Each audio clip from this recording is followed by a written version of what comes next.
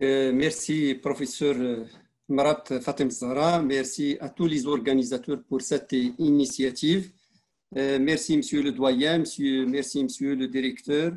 Et je profite de l'occasion de la journée mondiale de l'infirmier pour remercier mes amis coéquipiers, les infirmiers et infirmières à qui je souhaite une bonne année pleine de bonheur et de santé pour leur sacrifice face à la lutte aussi contre le Covid-19.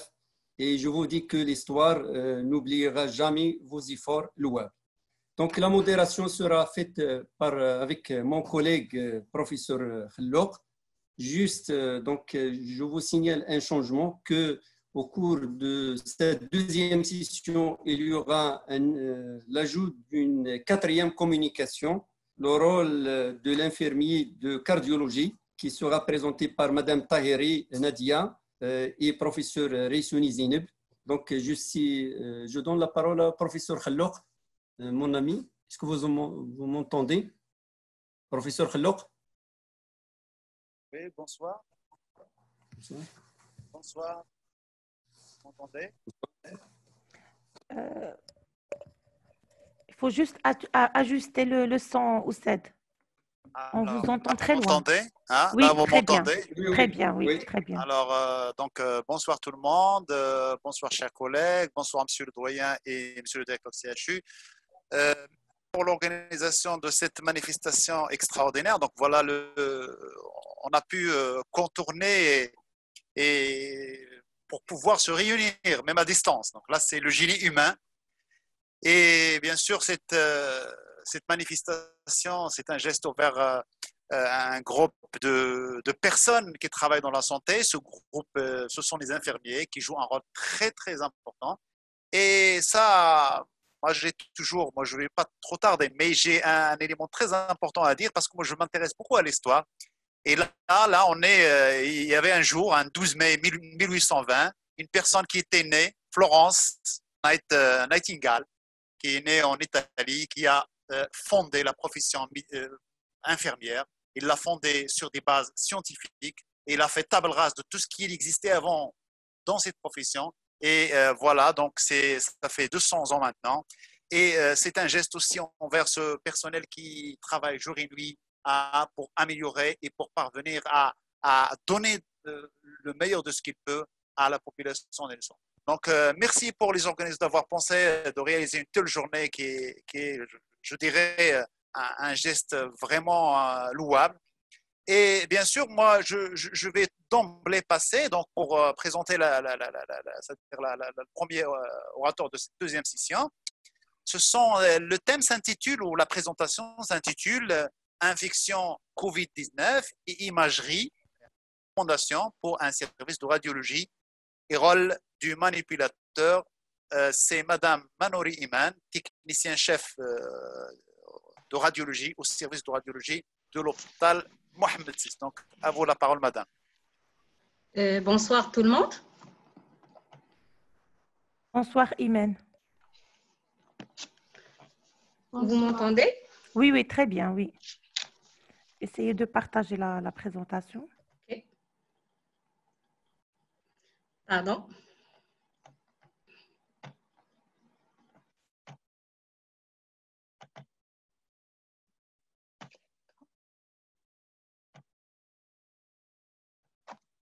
C'est bon? Juste en Bonsoir mode tout le monde. Imen, s'il vous plaît, en mode écran, plein écran. Diaporama ou bien plein écran. Et évitez d'utiliser la souris, s'il vous plaît, ça abîme les diapos. Vous pouvez défiler juste par le clavier du PC, de l'ordinateur. Ok, merci. Merci. C'est bon? C'est pas plein écran. Il y a en haut et à gauche diaporama. Vous mettez mode diaporama. Je suis en diaporama. D'accord, donc ça marche pas. Est-ce que vous pouvez quitter et moi essayez s'il vous plaît. Donc vous quittez le partage, merci. Voilà.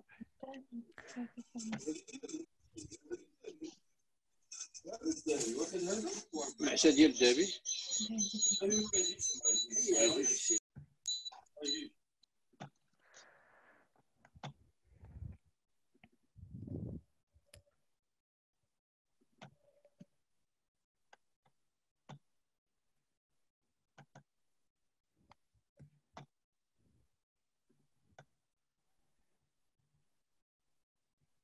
Bonsoir.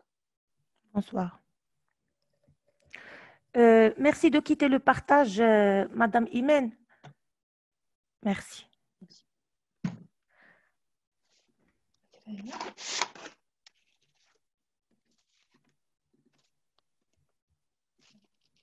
Voilà. À vous la parole. Madame Imen, vous avez la présentation déjà partagée. À vous la parole. Est-ce que vous avez la présentation? Vous m'entendez? Madame Imen, il faut désactiver le micro et vous avez la présentation. D'accord? Bonsoir. Merci. Bonsoir. Bonsoir. Vous m'entendez? Oui. Oui, bon, c'est bon. Oui, oui, Je pense que c'est pas la présentation que j'ai envoyée. J'aimerais bien avoir la deuxième présentation. Ben, vous pouvez avancer. La dernière version.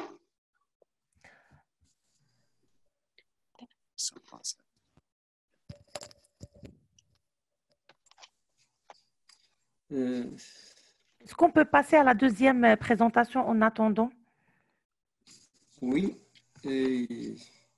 Donc, en attendant, Vas-y, Serge, vas-y.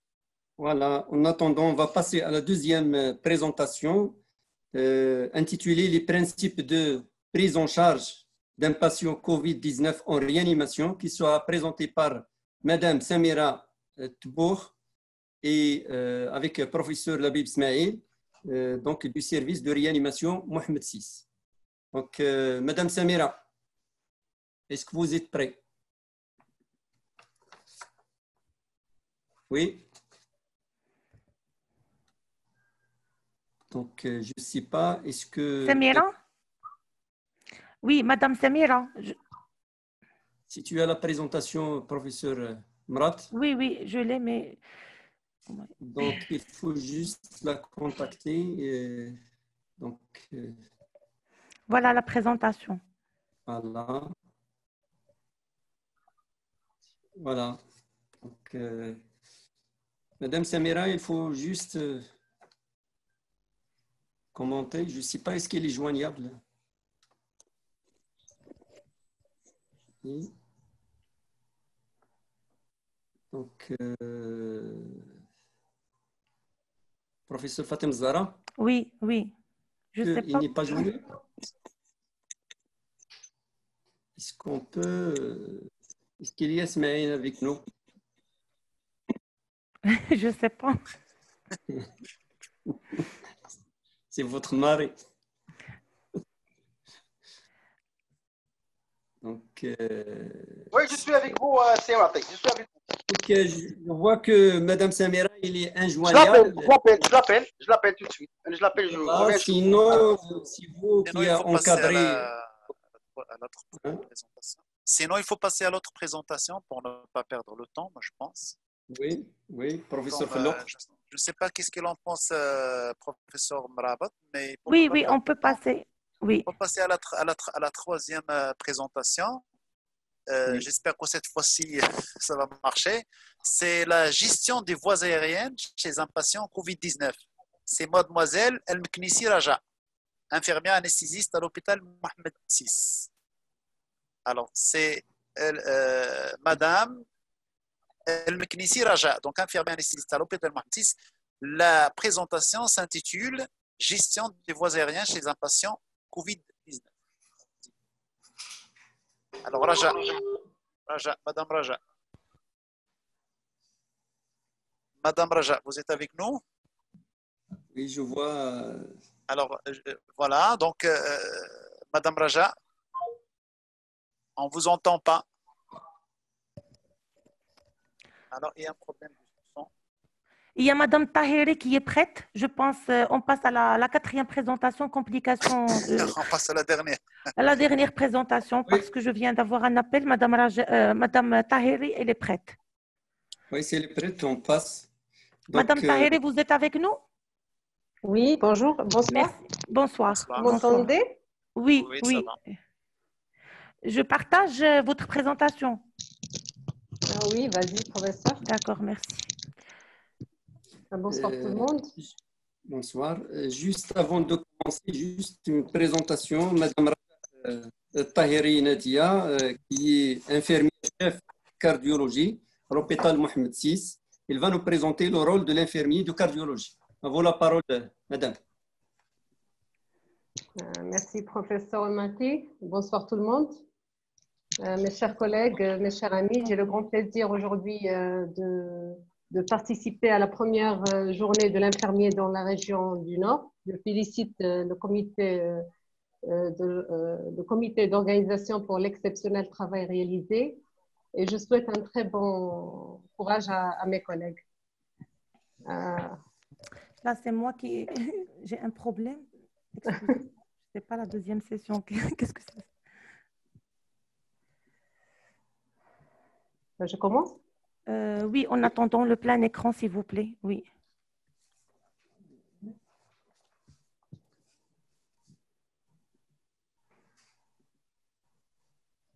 Donc, comme ça a été bien signalé par le professeur Naji au début, l'infection SARS-CoV-2 appelée COVID-19 a pris naissance à Wuhan, en Chine, en décembre 2019.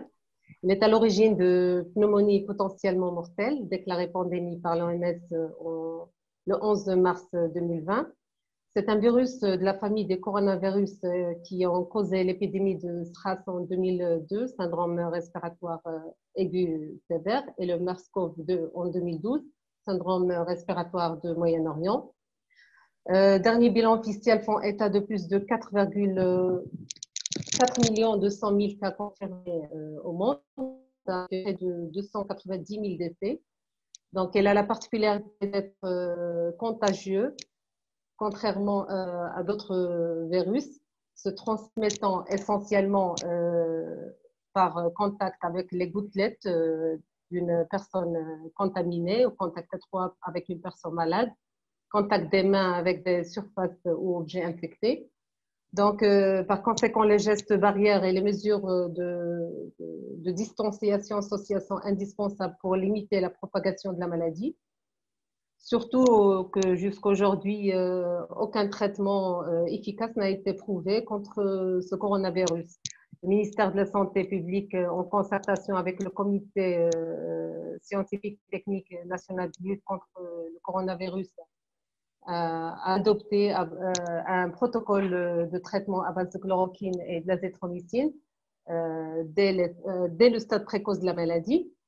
La coprescription de ce traitement-là risque d'entraîner des effets secondaires essentiellement rythmiques, notamment l'allongement de l'espace cuté et troubles de rythme à l'étage ventriculaire, et nécessite une surveillance électrique rigoureuse qui va se faire soit par un ECG de surface ou dans des cas particuliers par un monitorage continu en réanimation.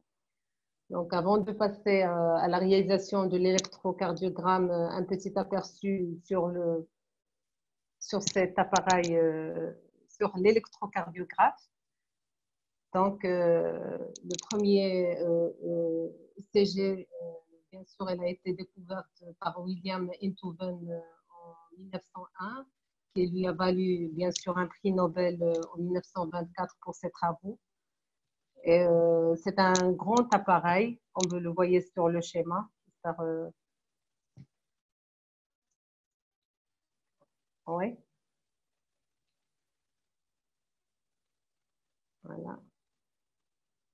Oui, c'est transformé avec la technologie en un petit appareil, la taille d'un PC portable ou même d'une tablette, qu'on peut le porter même sur soi-même, comme l'Holter de 24 heures par exemple.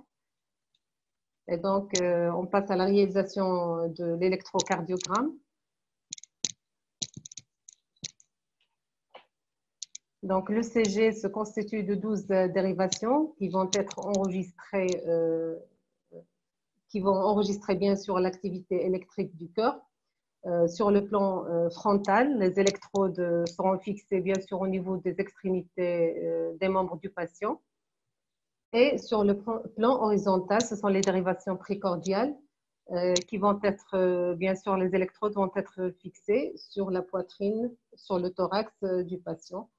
Et dans ce contexte de l'épidémie, il vaut mieux d'avoir des électrodes jetables, mais à défaut, la désinfection de ce matériel-là doit être fait systématiquement après chaque utilisation. Donc, on passe. Déjà dit, bien sûr, la désinfection à l'alcool ou au javel après chaque utilisation. Passer. Lorsque l'influx, bien sûr, s'approche de l'électrode, on aura une onde positive. Et lorsque l'influx fuit l'électrode, on enregistre une onde négative. À la fin, on aura une succession de complexes, des ondes PQRST, comme vous voyez sur le diapo. On passe à notre diapo. Oui. Donc, le P, c'est la dépolarisation. Attends. L'autre diapo. Le P, c'est la dépolarisation auriculaire. Le complexe QRS, c'est la dépolarisation ventriculaire. Et le long de T, c'est la repolarisation ventriculaire.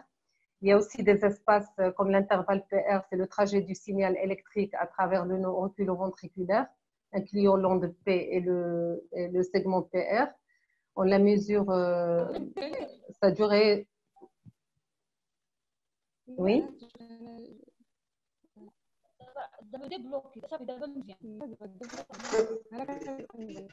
Ben, le complexe, oui.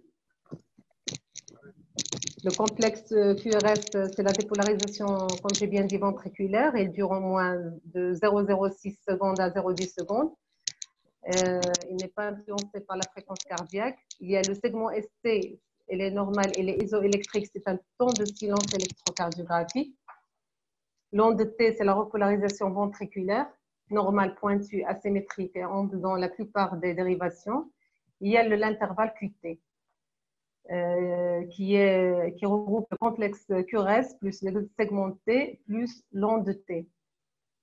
Donc, pour avoir un tracé de bonne qualité, il faut toujours vérifier la vitesse de déroulement qui est de 25 mm par seconde et donc l'amplitude qui est de 10 mm par un millivolt, pour un millivolt.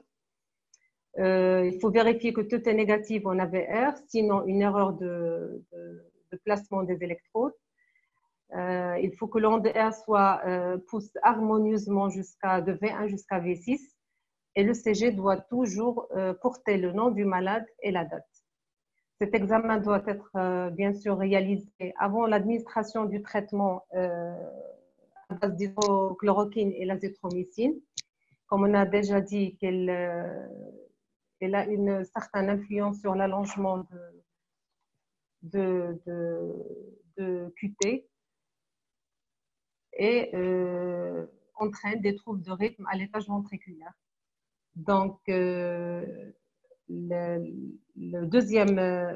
premier ECG doit être réalisé avant le traitement avec une surveillance bien sûr de la calémie parce que l'hypocalémie là aggrave les troubles de rythme et prendre les paramètres hémodynamiques, notamment la fréquence cardiaque et la tension artérielle. Un deuxième ECG doit être réalisé à H4 de traitement et à G2, puis à la sortie, toujours en surveillant bien sûr la mesure de QT, la calémie et les paramètres hémodynamiques, tension artérielle et fréquence cardiaque toutes les 6 heures.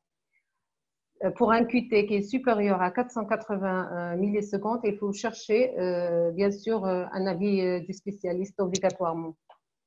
Bon, c'est un schéma de surveillance cardiologique du traitement à l'hydrochloroquine COVID-19 qui a été réalisé par l'équipe de cardiologie de CHU de Tanger. Il a été validé au national et publié dans une revue internationale indexée sur PubMed. Voilà, c'est un schéma très simplifié de la surveillance cardiologique du traitement COVID-19. Je vous remercie.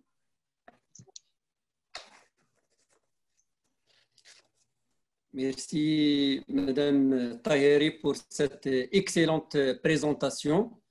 C'est pas Fatim Zahra, est-ce qu'on passe à d'autres présentations? On revient à la première présentation. Il y a Madame Imen qui est prête. La première présentation de radiologie. Merci.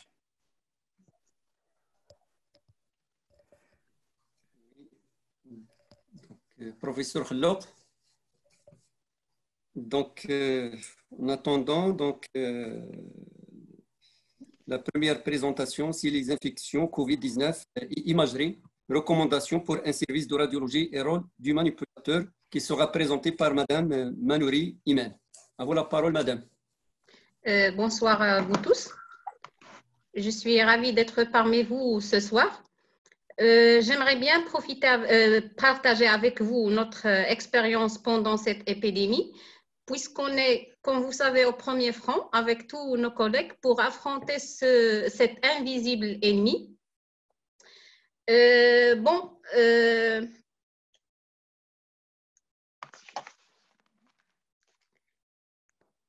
Comme vous savez, notre expérience au service de radiologie à l'hôpital Mohamed VI nous a permis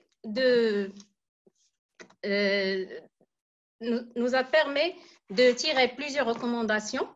Au sein de notre service, on s'occupe en plus des autres patients de faire des scanners des patients suspects de pneumopathie COVID ou bien déclarés positifs. Depuis le début de la pandémie, on a fait presque 250 scanners thoraciques, bien sûr en collaboration avec l'équipe de triage de COVID-19 de l'hôpital Mohamed V, les services d'hospitalisation au niveau des hôpitaux de Ductovar et hôpital Kortobi, les équipes au niveau des structures accueillant les patients COVID positifs stables, et bien sûr notre cher collaborateur, le service de réanimation au sein de l'hôpital Mohamed VI. Nos patients sont ramenés par l'équipe SAMU de ces différentes structures suscitées et en fonction bien sûr des résultats du scanner et leur état clinique, la décision d'admission en réanimation de l'hôpital Mohamed VI est prise. Sur la page, cette page, on a des images scanographiques des lésions spécifiques COVID+, réalisées au sein de notre service. Comme j'ai dit, pendant notre expérience, on a pu bien tirer des recommandations pour un service de radiologie. Ces recommandations nous ont permis de mettre en place de bonnes pratiques. Ces recommandations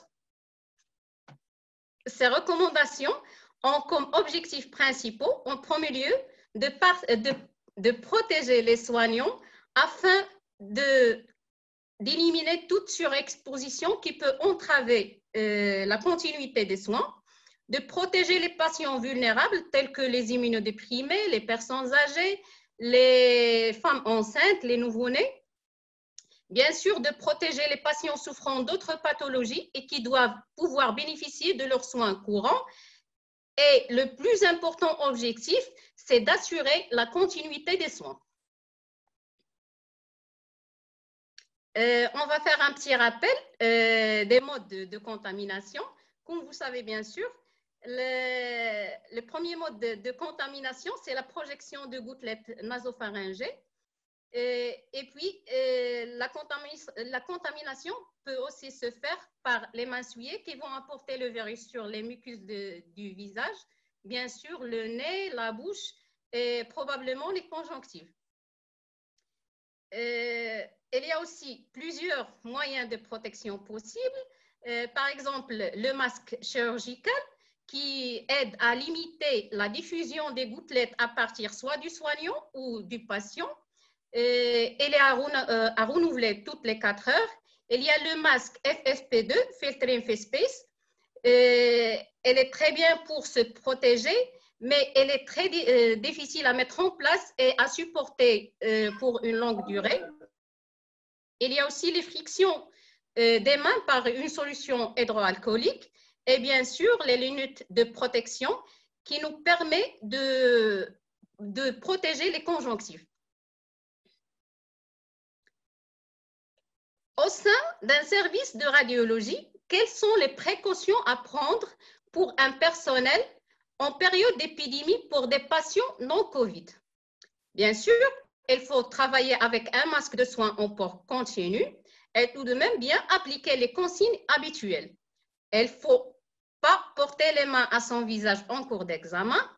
Il faut prévoir un nettoyage des appareils par une solution à la lingette et par une solution diluée à base de chlore ou au minimum à base d'ammonium quaternary. Il faut porter toujours des gants, surtout s'il y a contact avec des liquides biologiques ou bien s'il y a présence de lésions cutanées. Il faut se laver les mains ou les frictionner avec une solution hydroalcoolique. Et il faut prévoir bien sûr un bio-nettoyage des salles d'attente, des poignées de porte en fin de programme.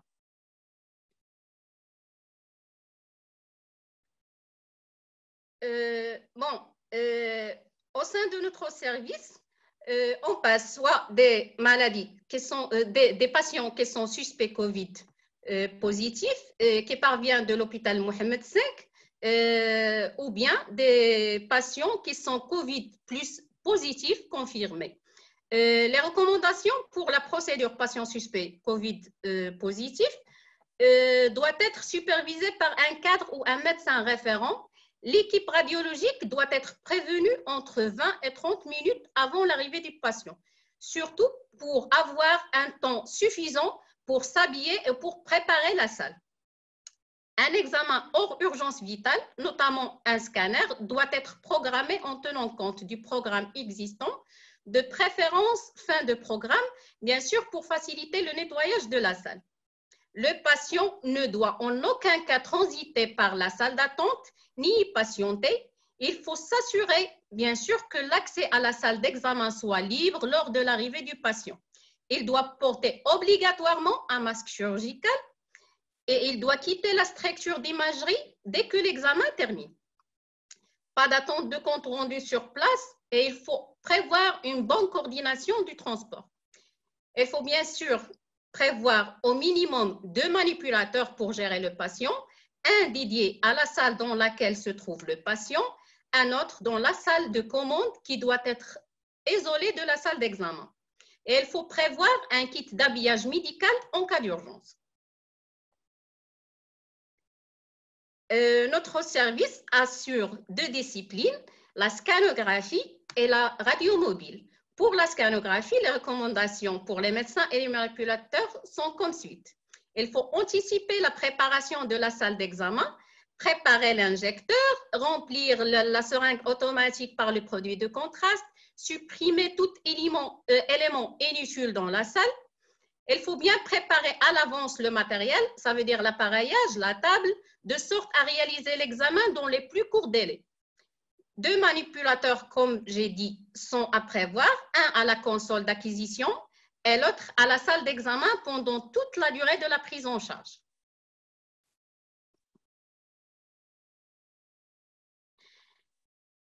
Il faut toujours frictionner les mains avec un produit hydroalcoolique. Il faut mettre un masque FFP2.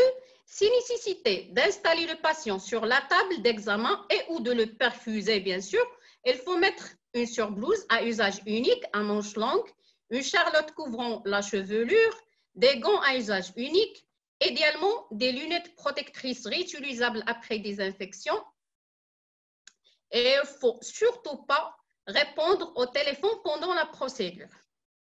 Ces équipements de protection seront éliminés en déchets d'activité de soins à risque infectieux dès la sortie de la salle ou de la chambre.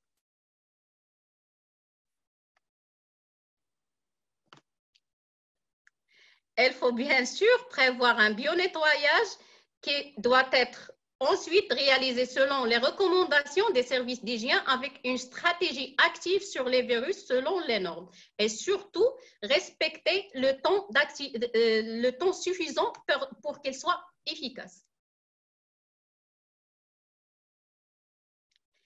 Maintenant, la deuxième discipline, c'est la radiographie au lit. Exemple de procédure.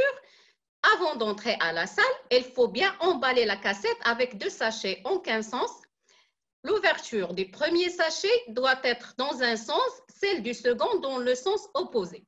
Il faut positionner une charlotte de protection plastifiée sur le tube, positionner une protection pour la poire de déclenchement et avoir à disposition une solution hydroalcoolique.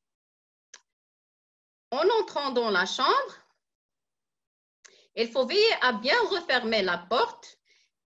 Après la réalisation du cliché, on doit préparer la sortie dans la chambre. Le manipulateur A enlève la charlotte de protection, replie le tube et jette la protection dans des conteneurs d'acier en chambre. Elle retire le premier emballage de la cassette et la donne encore emballée par le deuxième sachet au manipulateur B. Le manipulateur B dépose la cassette dans le bac de l'appareil de radiographie et il jette l'emballage dans le conteneur de déchets d'activité de soins à risque infectieux de la chambre. En binôme, les manipulateurs retirent leur surblouse. À ce stade, ils portent toujours leur charlotte et leur masque FFP2. Il faut, comme j'ai dit, strictement ne pas répondre au téléphone pendant la procédure. Après la sortie de la chambre, il faut faire sortir l'appareil de radiographie de la chambre vers le couloir dans une zone qui a été préparée à cet effet. Il faut retirer les surblouses, frictionner les mains avec une solution hydroalcoolique, retirer les lunettes, les charlottes et les masques par les élastiques. Enfin, retirer les gants et frictionner encore une fois les mains par une solution hydroalcoolique. Bon, d'autres recommandations qu'on peut faire pour les patients. Les patients doivent toujours arriver au service avec un masque chirurgical et une voie veineuse avec une intranule de 20 G posée préalablement à son arrivée en imagerie, surtout lorsque une injection de produits de contraste est possible. Il faut toujours frictionner les mains avec une solution hydroalcoolique et pas d'accompagnement autorisé. D'autres recommandations pour les tenues de travail. Quelle tenue on peut porter? Elle est bien recommandé de porter une tenue de travail et de se changer en arrivant et en partant du lieu de travail. Il est également recommandé que cette tenue soit mise au salle chaque soir, en dehors du soin aux patients, lors des déplacements dans les structures de soins. S'il n'est pas possible, bien sûr, de porter une tenue médicale intégrale, pantalon et chemise à manches courtes, le port d'une blouse est recommandé. Les blouses à manches courtes sont bien à privilégier parce qu'ils facilitent le lavage des mains poignets inclus. D'autres recommandations pour l'appareillage, surtout que l'utilisation des claviers et les souris d'ordinateur sont à risque. Alors, la décontamination d'un clavier et d'une souris sont difficiles. L'utilisation d'une lingette désinfectante virucide est recommandée en suivant les préconisations pour son usage, en particulier le temps de contact. Dans tous les cas, il est recommandé de se frictionner les mains avec des solutions hydroalcooliques avant et après l'utilisation d'un poste.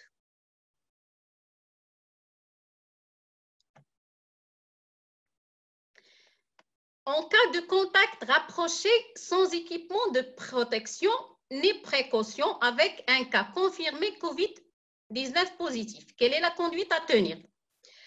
Avant l'apparition des symptômes, il faut surveiller la température 2 fois par jour et l'apparition des symptômes.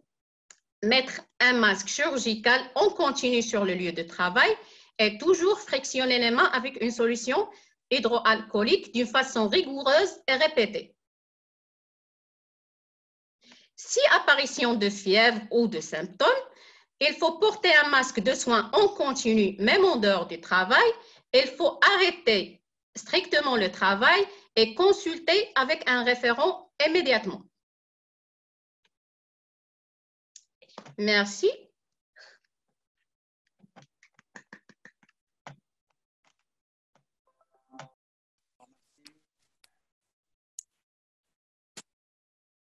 Merci à vous. Merci Madame Manouri Iman pour cette présentation. C'est une présentation très bien faite et vous traitez là un domaine très important de la pratique médicale, c'est la radiologie, parce que la radiologie, tout le monde a besoin de la radiologie. Donc, bien sûr, il faut se protéger le personnel et protéger les malades aussi, les malades qui ne sont pas infectés. Donc, voilà, donc je laisse mon ami collègue Olmati de présenter, bien sûr, de continuer à la modération en faisant appel à la présentation, à la personne qui va présenter la présentation suivante. Donc, c'est les principes de prise en charge d'un patient Covid-19 en réanimation, j'imagine, non? Oui, c'est ça, c'est Madame Samira. Donc, Madame Samira Tebour, qui est infirmière polyvalente au service de réanimation de l'hôpital Mohamed VI. Est-ce qu'elle est prête? Donc, elle peut commencer. Normalement, oui. Samira, à vous la parole. Donc, Madame Samira, donc, il va nous présenter les principes de prise en charge d'un patient COVID-19 en réanimation. Donc, il va nous parler de l'expérience. Donc, je ne sais pas si c'est joignable, Zara. Normalement, oui. Elle vient de m'appeler pour me dire qu'elle est prête, mais là, je vois peut-être ils ont un problème de connexion, c'est ça. Madame Samira? Oui. Madame Samira, est-ce que Madame Raja El-Meknissi? Oui, je suis présente. Bonsoir. Madame Raja? Oui, bonsoir, vous m'entendez? Bonsoir. Vous voulez que je partage votre présentation ou vous la partagez vous-même? Oui, je vais essayer de la partager moi-même. D'accord, merci.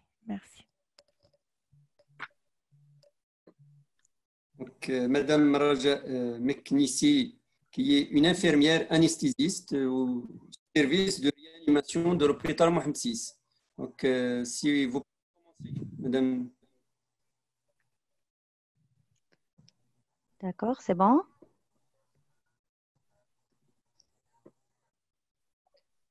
Alors. Bonsoir, vous m'entendez? Oui, c'est bon. C'est bon. D'accord. Oui. La finalité de tout soin est de maintenir la vie, non pas n'importe comment, mais avec qualité. Et c'est bien pour accomplir cette mission humanitaire que nous sommes élus en tant qu'infirmiers, dont je suis fière. Donc, je suis infirmière en anesthésie-réanimation au sein de la réanimation COVID-19 à l'hôpital Mohamed VI de Tanger. Je m'enchante de partager avec mes confrères et consoeurs mon expérience dans les services de soins intensifs dédiés à la prise en charge des patients testés positifs par le SARS-CoV-2 nécessitant une réanimation. Mais avant de me mettre dans le feu d'action, je ne rate pas ce jour spécial pour féliciter tous les infirmiers et les infirmières du monde à l'occasion de leur journée internationale, particulièrement ceux marocains qui risquent perpétuellement et inconditionnellement leur vie afin de sauver celle des autres, malgré les conditions qui sont parfois onéreuses. Chers collègues, à l'instar des années précédentes, nous célébrons encore une fois cette année notre journée mondiale, certes différemment, à distance, confinés, chamboulés, stressés, mais avec un surdosage de dévouement et de sacrifice. En bref, et anatomiquement parlant, vous êtes la colonne vertébrale du système national de notre chère patrie. En guise de contribution à cet excellent événement, ma présentation portera sur la prise en charge des voies aériennes chez un patient COVID-19.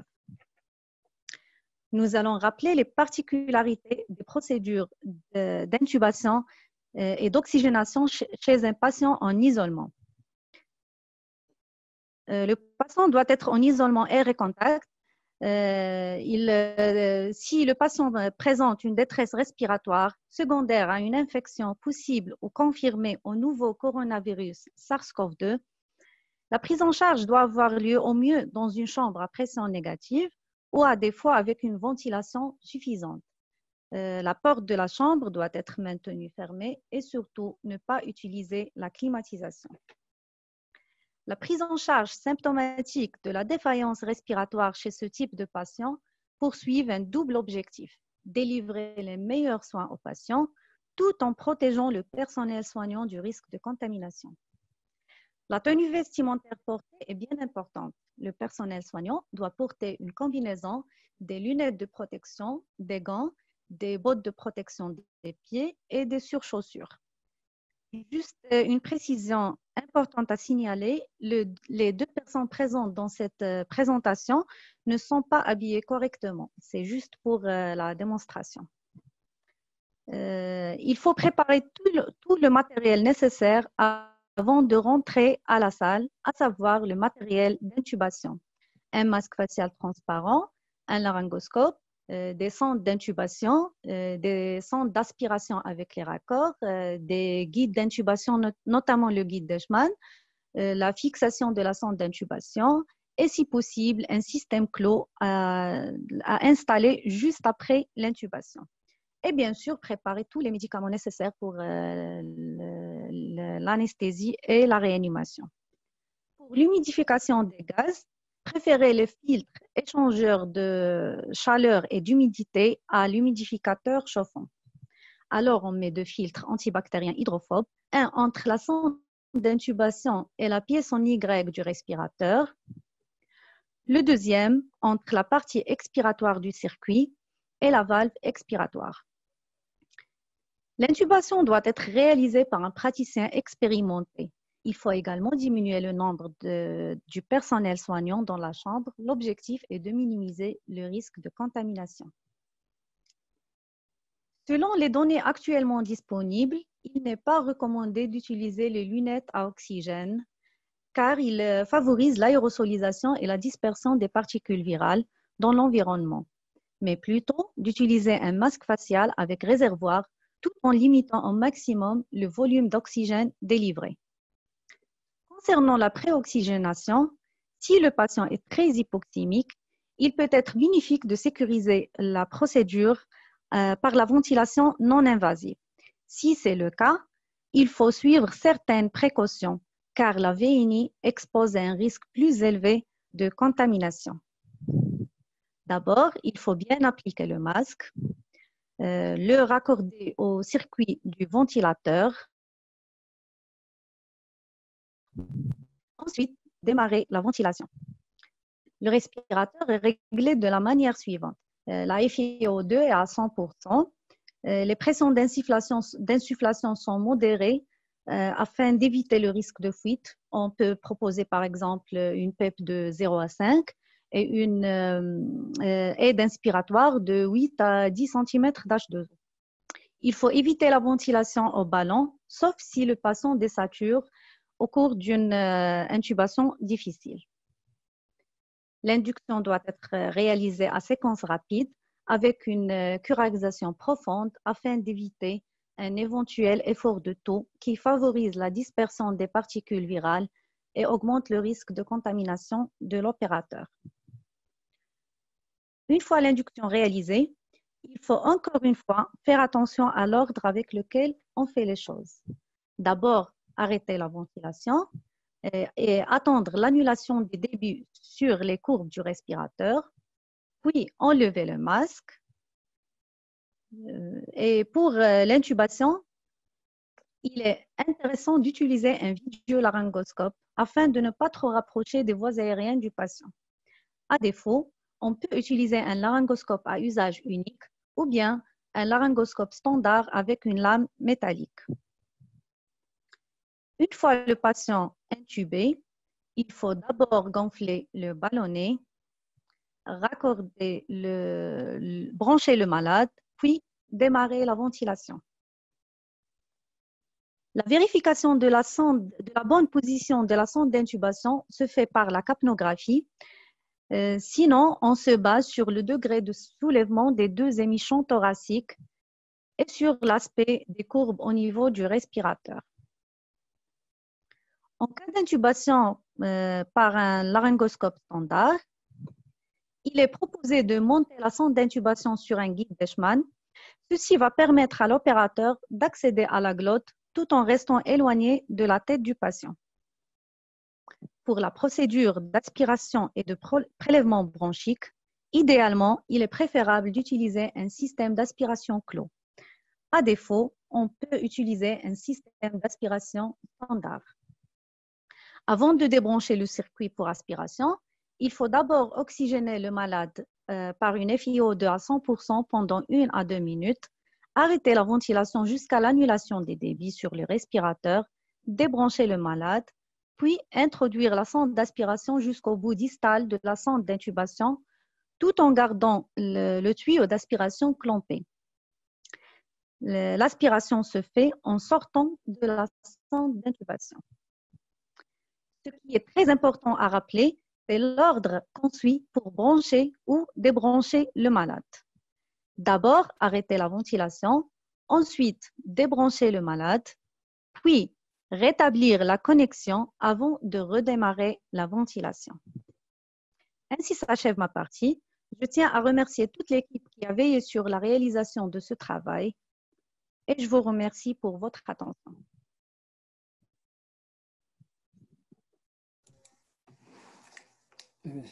Merci, Madame, pour cette excellente présentation pratique. Donc, je vois que, professeur Mrat, il nous reste une communication. Oui, excellent. Si oui, il y a Madame Samira. Madame Samira est de retour. Oui, donc Madame Samira, qui est une infirmière polyvalente au service de réanimation de l'hôpital Mohamed. Donc, s'il est prête, il peut commencer. Oui. Merci de respecter le... Oui. Oui. C'est bon, Madame Samira? Vous avez la présentation partagée. Oui, vous m'entendez? Oui, très bien. Donc, oui. Bon Bonsoir courage. à tous. Merci. Je me présente, Samira Tabour. Je suis infirmière anesthésiste à l'hôpital Mohamed VI, dans le service Réa Covid-19. C'est un immense plaisir d'être parmi vous et d'avoir le privilège de participer à cet honorable événement. Tout d'abord, j'aimerais féliciter tout le corps infirmier à l'occasion de la Journée internationale de l'infirmier. Je tiens à rendre hommage à mes collègues, toutes spécialités confondues, qui travaillent sans cesse pour assurer les soins nécessaires tout en faisant preuve d'un remarquable humanisme, citoyenneté et professionnalisme. Je vais essayer de discuter le rôle que joue l'infirmier dans la prise en charge des malades atteints par le coronavirus SARS-CoV-2. C'est une atteinte respiratoire de gravité variable avec réaction inflammatoire diffuse et une défaillance multiviscérale, ce qui engendre une charge de travail face à des contraintes liées aux ressources humaines et aux particularités de la pathologie. L'évolution. Alors, l'évolution, elle se fait en 3 phases. Une phase infectieuse précoce où le patient peut présenter des signes comme toux, myalgie, fièvre, comme il peut être asymptomatique mais reste tout de même contagieux. La deuxième phase, c'est la phase pulmonaire. Lors de la prolifération du virus, on a une vasodilatation et une augmentation de la perméabilité endothéliale qui va causer une aggravation des lésions pulmonaires, entraînant ainsi une hypoxémie sévère. La troisième phase, c'est la phase inflammatoire exagérée où on a une inflammation diffuse. Pour les conséquences, l'atteinte COVID-19 peut se compliquer par un SDRA, un dysfonctionnement ventriculaire gauche, lésion myocardique, insuffisance respiratoire, insuffisance rénale. Bref, le malade atteint de COVID-19 en réa est un malade hypoxique, instable sur le plan hémodynamique, en insuffisance respiratoire et rénale. La prise en charge en réanimation. Alors, est-ce qu'on peut admettre tout malade en service de réanimation? Bien sûr que non. Les critères d'admission en réanimation sont basés sur des recommandations préétablies à l'échelle nationale, mais la prise de décision est basée essentiellement sur la clinique, à savoir troubles neurologiques, les signes d'instabilité hémodynamique qui sont la polypnée, une fréquence respiratoire qui est supérieure à 30 cycles par minute, une PAS inférieure à 90 mm mercure et une fréquence cardiaque supérieure à 120 battements par minute et une hypoxémie inférieure à 92 sous 4 litres d'oxygène. Comme il existe d'autres recommandations à l'échelle internationale. Alors, pour les facteurs de risque de gravité, on trouve l'âge supérieur à 60 ans, hommes avec pathologie respiratoire, diabète, hépatopathie, néphropathie, cancer, greffe et transplantation. Donc, tout sujet immunodéprimé est un sujet à risque de gravité. Alors, pour la prise en charge thérapeutique, une fois en réanimation, 3 axes vont guider la prise en charge thérapeutique. Premièrement, la surveillance continue par un bon monitorage, une nutrition adéquate, un équilibre hydroélectrolytique et une oxygénothérapie adaptée. Le deuxième volet, il consiste en un traitement médicamenteux. On a déjà des recommandations nationales basées sur la chloroquine, l'azithromycine, l'antibiothérapie et la corticothérapie sont souvent nécessaires. Pour le troisième volet, c'est l'oxygénothérapie et support ventilatoire et circulatoire pour pallier la déficience des organes touchés. Alors, concernant la réanimation respiratoire, les procédures d'oxygénothérapie diffèrent selon l'état respiratoire du malade et son degré d'hypoxie. Les lunettes ne sont pas adaptées au contexte Covid parce qu'on a une FiO2 qui est basse, un risque de contamination et une hypoxie qui est profonde. On peut aussi avoir recours à un masque à haute concentration.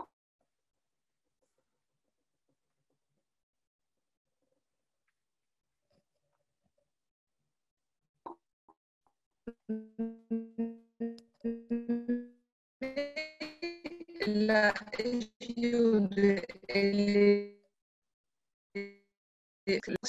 en pratique, la VNI chez ces patients, soit par masque conventionnel de VNI, Decathlon, ou par le masque Helmet. Alors, l'intubation est le dernier recours, bien sûr, mais une fois le malade qui est intubé, la stratégie ventilatoire repose sur la ventilation, une ventilation protectrice dans les réglages sont les suivants, une PEP, bien sûr, une FiO2, qui seront titrées en fonction de la saturation. Alors, à côté de la ventilation, certaines mesures peuvent être pratiquées pour faciliter l'oxygénation, notamment la curarisation et le décubitus ventral. Cela nécessite une surveillance rapprochée pour éviter les complications lors de l'installation de position et certaines complications comme le débranchement et l'extubation accidentelle. Ainsi que le retentissement, bien sûr, du décubitus, le retentissement hémodynamique des changements de position. Alors, quand l'hypoxémie est sévère, on peut poser une ECMO, oxygénation par membrane extracorporelle, qui offre une assistance à la fois cardiaque et respiratoire, assurant ainsi un échange gazeux efficace. Dans notre contexte, la Réa Mohamed VI, on ne dispose pas d'un appareil d'ECMO. Alors, la réanimation hémodynamique, en général, elle est guidée par un monitorage clinique, fréquence cardiaque, pression artérielle, PVC, diurèse, et paraclinique, notamment l'écho-cœur. Il faudra assurer l'apport adéquat en fonction de la ration de base, mais essentiellement en fonction du monitorage pour lutter contre l'hypovolémie. Des fois, on est ramené à utiliser des vasopresseurs pour optimiser l'état hémodynamique chez les malades instables. Et pour traiter et guetter l'insuffisance rénale, bien sûr, et l'hémofiltration, qui constitue une charge de travail pour toute l'équipe. Il faudrait toutefois penser au diagnostic de la myocardite qui aggrave encore plus cette défaillance hémodynamique. Pour les autres atteintes, il faut savoir, dans le contexte Covid, les maladies vasculaires sont fréquentes, notamment l'embolie pulmonaire. Au service Réa Hôpital Mohamed VI, tous les malades sont mis sous héparinothérapie dose curative pour prévenir les maladies thromboemboliques. Et bien sûr, il faut prévenir les surinfections bactériennes par une antibiothérapie adaptée. Le rôle infirmier. Alors, l'infirmier, il joue un rôle primordial dans la prise en charge des patients COVID-19 en réanimation. Il assure plusieurs tâches, à savoir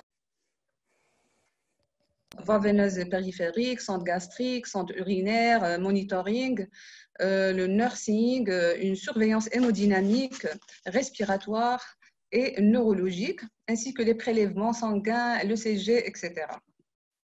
Également, il contribue à la réalisation de certains actes médicaux tels que l'intubation, voie veineuse centrale. Pour aussi les déplacements au sein de l'hôpital Mohamed VI, on assure le déplacement des malades intubés, ventilés vers d'autres services, à savoir le service de radiologie pour effectuer notamment des scanners ou service pour faire des séances d'hémodialyse. La charge de travail. Le personnel soignant fait face à de multiples contraintes rendant la prise en charge lourde et complexe, à savoir les mesures d'hygiène, d'isolement respiratoire et de contact.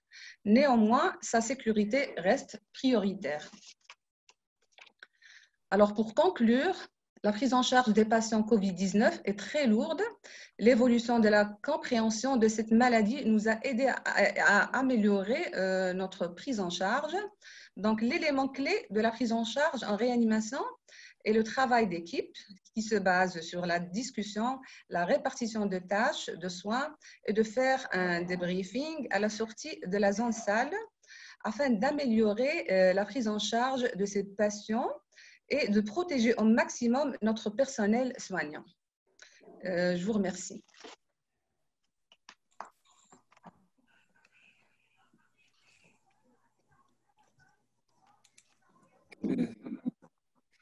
Merci, Madame, pour cette excellente présentation donc, qui a mis le point sur le volet pratique quotidien. Donc, c'était clair. Je ne sais pas, professeur Khloq, est-ce qu'il est avec moi?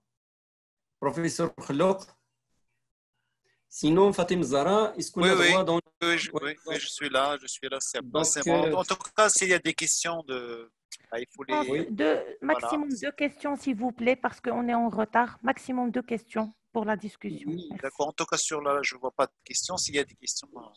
C'est la dernière que je viens de voir. Effectivement, pour la dernière présentation, vous parlez pour les sujets à risque. Vous parlez, donc, évidemment, pour les diabétiques, les asthmatiques, c'est ça? C'est ça, Madame Samira? C'est pas Madame Samira, donc c'est clair. Oui, effectivement, les patients asthmatiques et diabétiques, ils sont beaucoup plus à risque de développer des problèmes et d'être des sujets. Ils sont déjà des sujets à risque, donc ils s'aggravent. Et souvent, les malades qui sont intubés, ventilés ou les malades, ce sont des malades tarés, surtout les diabétiques et les asthmatiques surtout. Vous les tabagiques aussi, les tabagiques. Voilà. Oui. Les tabagiques. Je pose la question sur les tabagiques. Ah, les tabagiques. Oui, les patients tabagiques. Est-ce qu'ils ont un risque, je dirais, plus élevé par rapport aux patients qui ne le sont pas? Bien sûr, ils sont des sujets vulnérables et ils présentent déjà, ils sont toujours encombrés, un état pulmonaire qui est précaire, donc ils développent rapidement des complications avec ce qu'on a vu pour les malades qui sont tabagiques. On n'a pas vu beaucoup de malades tabagiques, mais vraiment, on a vu des malades qui sont diabétiques qui se sont compliqués rapidement. Est-ce que je peux intervenir? Oui, bien sûr, oui, bien sûr, bien sûr. Voilà. Alors, ouais, c'était une pertinente question que vous avez posée, M. Khloq. Alors, concernant les tabagiques, Ouais. Alors, toutes les études ont prouvé que le tabac protège contre les complications de Covid. Effectivement, un patient tabagique qui n'a pas un BPCO, un bronchopneumatique chronique obstructif évolué, il évolue mieux par rapport à nos tabagiques. Ça a été confirmé sur plusieurs études. Par contre, les diabétiques et les hypertendus se compliquent rapidement parce qu'on estime que la maladie Covid-19, c'est une maladie vasculaire. Alors, il touche les vaisseaux, et puisque les diabétiques et les hypertendus ont une vascularité, c'est-à-dire une vascularité généralement, une atteinte vasculaire suite à une maladie dégénérative qu'ils présentent, alors ça, c'est un terrain favorisant pour se compliquer avec le SARS-CoV-2. Et ça, on l'a remarqué d'une manière considérable dans notre pratique quotidienne au milieu de réanimation Covid-19 à Mohamed VI. Et on voit quand même, mais c'est les diabétiques qui sont bien jugulés, c'est les hypertendus qui sont bien jugulés, on fait moins de complications par rapport aux diabétiques et les hypertendus qui sont pas bien jugulés, qui ne sont pas bien suivis sur leur traitement. Par contre, les cardiaques, les néphropathies, etc., évoluent bien par rapport aux autres, mais il faut dire que le Covid-19 touche les jeunes, touche les vieux, les personnes âgées, les cardiopathes, les néphropathes, etc. Mais on voit souvent qu'il y a des jeunes aussi qui se compliquent, malgré qu'ils n'ont aucune part chez ces patients. Alors, c'est un mystère, c'est un cas par cas, donc on ne peut pas conclure à une conclusion définitive. On peut dire que pour la réanimation du Covid-19, on traite pour le moment les malades graves, que ce soit jeunes, que ce soit vieux, que ce soit diabétiques ou hypertendus, que ce soit sanitaires, en tout cas, on ne comprend pas bien la physiopathologie de Covid-19. En tout cas, on attend un peu des études les essais cliniques que vont faire après pour savoir est-ce qu'il y a des terrains qui sont favorisés à des complications ou pas. Et merci beaucoup. Merci, cher professeur, pour ces éclaircissements qui étaient très pertinents. Donc, on vous remercie infiniment. Tu as quelque chose à rajouter, c'est après. Là, juste, on remercie Ismaël. Jusqu'au jour, je crois, aucun enfant n'a été admis au service de réanimation, c'est ça? Ouais, heureusement, aucun enfant, mais quand même, actuellement, au service de RIA, on a un jeune de 26 ans qui fait une myocardite sévère. Il est sous forte dose de drogue et à Tanger, on a remarqué que la pathologie Covid-19 touche les sujets jeunes et s'aggrave plus que d'autres villes, par rapport à d'autres villes. Alors là, on n'arrive pas à expliquer ce phénomène qu'on est en train de voir à Tanger. En tout cas, on n'a pas d'enfants, mais quand même, on a des sujets jeunes actuellement au service de RIA. Et on a perdu 38 ans, 42 ans, 44 ans. Quand même, il y a une situation qui déprimante un peu. Mais je vous assure aussi que la mortalité reste toujours basse. Les admissions restent toujours plus basses par rapport au nombre hospitalisé en la région de Tanger, le Hussima et Tétouan. Merci beaucoup. Merci, professeur Khallouk. Je vois que Fatima Zahra est pressée.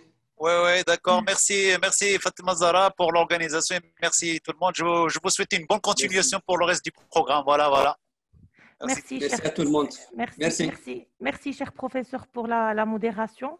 Merci aux orateurs pour la qualité de présentation. On passe à la dernière session.